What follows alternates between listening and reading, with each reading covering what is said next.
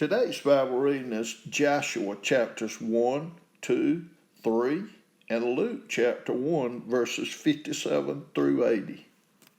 Joshua chapter 1. After the death of Moses, the servant of the Lord said to Joshua, son of Nun, Moses' aide, Moses, my servant, is dead. Now then, you and all these people get ready to cross the Jordan River into the land I'm about to give to them, to the Israelites.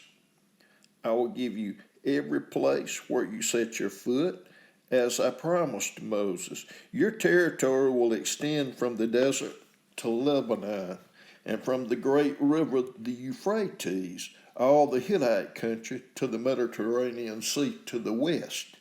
No one will be able to stand against you all the days of your life. As I was with Moses, so I will be with you. I will never leave you nor forsake you. Be strong and courageous, because you will lead these people to inherit the land I swore to their ancestors to give them. Be strong and very courageous. Be careful to obey all the law my servant Moses gave you. Do not turn from it to the right or to the left, that you may be successful wherever you go. Keep this book of the law always on your lips. Meditate on it day and night, so that you may be careful to do everything written in it. Then you will be prosperous and successful. Have I not commanded you? Be strong and courageous. Do not be afraid. Do not be discouraged, for the Lord your God will be with you wherever you go. So Joshua ordered the officers of the people, go through the camp and tell the people, get your provisions ready. 3 days from now, you will cross the Jordan here to go in and take possession of the land the Lord your God is giving you for your own.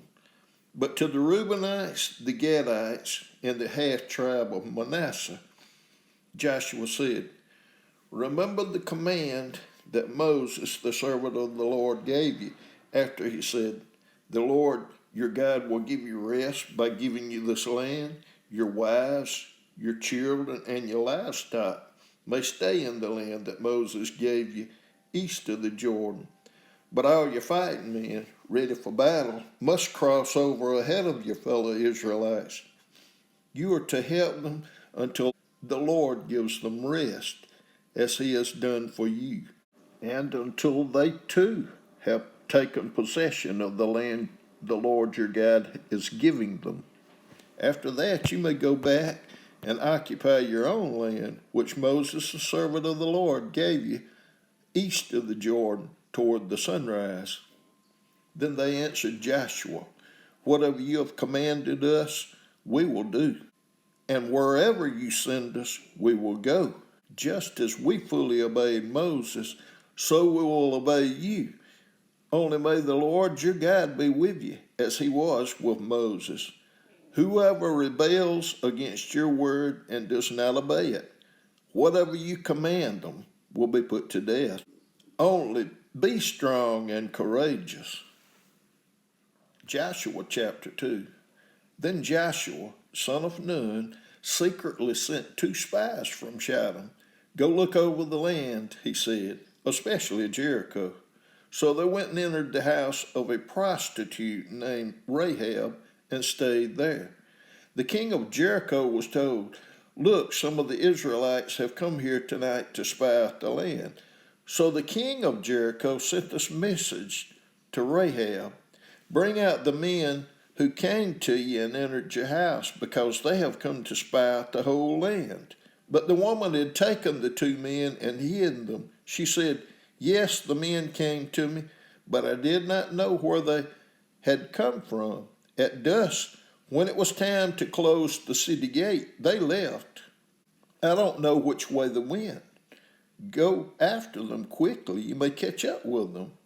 But she had taken them up to the roof and hidden them under the stalks of flax she laid out on the roof. So the men set out in pursuit of the spies on the road that leads to the fords of the Jordan. And as soon as the pursuers had gone, the gate was shut. Before the spies lay down for the night, she went up on the roof and said to them, I know that the Lord has given you this land, and that a fear of you has fallen on us, so that all who live in this country are melting in fear because of you. We have heard how the Lord dried up the water at the Red Sea for you when you came out of Egypt, and what you did to Sihon and Og, the two kings of the Amorites east of the Jordan, whom you completely destroyed. When we heard of it, our hearts melted in fear, and everyone's courage failed because of you. For the Lord your God is God in heaven above and on the earth below. Now then, please swear to me by the Lord that you will show kindness to my family, because I have shown kindness to you. Give me a sure sign that you will spare the lives of my father and mother, my brothers and sisters, and all who belong to them, and that you will save us from death, our lives for your lives. The men assured her, if you don't tell what we are doing, we will treat you kindly and faithfully when the Lord gives us the land. So she let them down by a rope through the window, for the house she lived in was part of the city wall. She said to them, go to the hills so the pursuers will not find you. Hide yourself there 3 days until they return, and then go on your way. Now the men said to her, this oath you made us swear will not be binding on us, unless when we enter the land you have tied this scarlet cord in the window through which you let us down, and unless you have brought your father and mother, your brothers, and all your family into your house. If any of them go outside your house into the street, their blood will be on their own heads. We will not be responsible. As for those who are in the house with you, their blood will be on our head if a hand is laid on them. But if you tell what we're doing, we will be released from the oath you have made us swear. Agreed, she replied. Let it be as you say. So she sent them away, and they departed, and she tied the scarlet cord in the window. When they left, they went into the hills and stayed there 3 days until the pursuers had searched all along the road and returned without finding them. Then the two men started back. They went down out of the hills, forded the river, and came to Joshua, son of Nun, and told him everything that had happened to them. They said to Joshua, the Lord has surely given the whole land into our hands. All the people are melting in fear because of us. Joshua chapter 3. Early in the morning, Joshua and all the Israelites set out from Shittim and went to the Jordan, where they camped before crossing over. After 3 days, the officers went throughout the camp, giving orders to the people. When you see the ark of the covenant of the Lord your God and the Levitical priests carrying it, you are to move out from your positions and follow it. Then you will know which way to go, since you have never been this way before. But keep a distance of about 2,000 cubits between you and the ark. Do not go near it. Joshua told the people, consecrate yourselves, for tomorrow the Lord will do amazing things among you. Joshua said to the priest, take up the ark of the covenant and pass on ahead of the people. So they took it up and went ahead of them. And the Lord said to Joshua, today I will begin to exalt you in the eyes of all Israel, so they may know that I am with you as I was with Moses. Tell the priests who carry the ark of the covenant, when you reach the edge of the Jordan's waters, go and stand in the river. Joshua said to the Israelites, come here and listen to the words of the Lord your God. This is how you will know that the living God is among you, and that he will certainly drive out before you the Canaanites, Hittites, Hivites, Perizzites, Girgashites, Amorites, and Jebusites.